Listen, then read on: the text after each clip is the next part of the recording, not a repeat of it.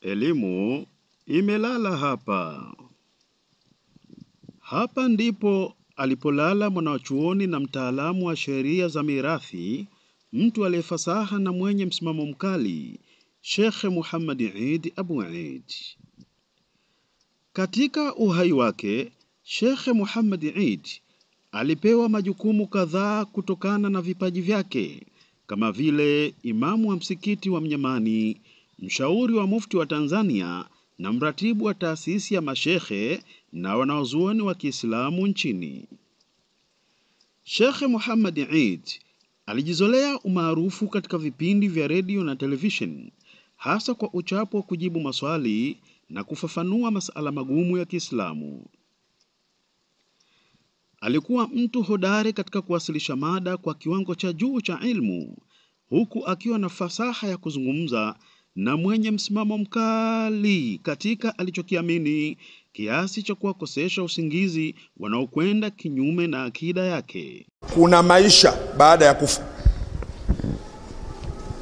na yale mawazo ya baadhi ya majahili kwamba ukifa hapa ni kama mbegu iliyopandwa unaota katika nchi nyingine, hayo ni maneno ya kitoto.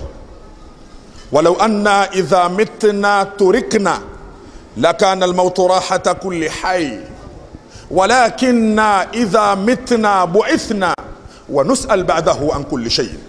Lau sisi utaratibu ingekuwa tukisha kufa tunaachwa tu, hakuna lolote, umekufa halafu basi, ingekuwa kufa ndiyo starehe ya kila kiumbe, ingekuwa ukifa mchezo umekwisha, the end, sinema imekwenda mwisho, ingekuwa kila mmoja bora afe tuepukane na dhiki hizi.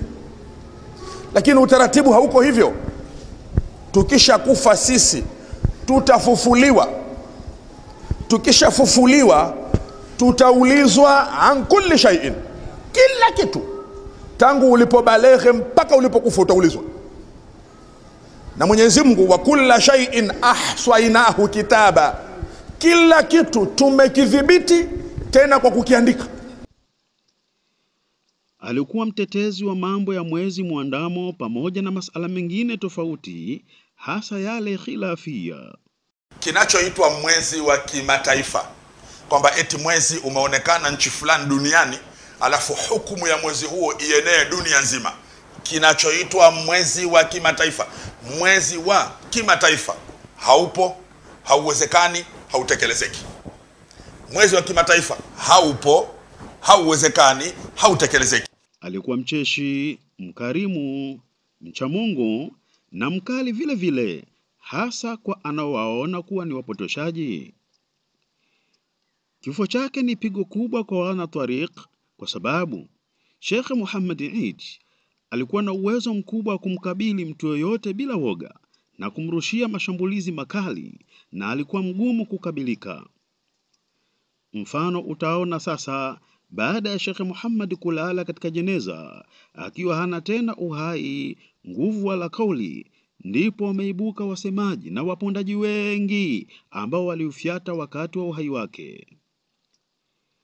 Sheikh Muhammad Eid alifariki tarehe 30 mwezi wa kwanza mwaka 2025 baada ya kuugua ghafla, na kuzikwa tarehe 31 mwezi wa kwanza mwaka 2025 kijijini kwao Mkata, wilayani Handeni, mkoani Tanga. Mazishi yaliyovuta hisia za watu wengi na kuhudhuriwa na maelfu ya watu, wakiwemo viongozi wa juu wa dini na serikali. Basi nami kwa uchache nimeona nitabaruku kidogo na bwana huyu, japo yako mengi ya kusema.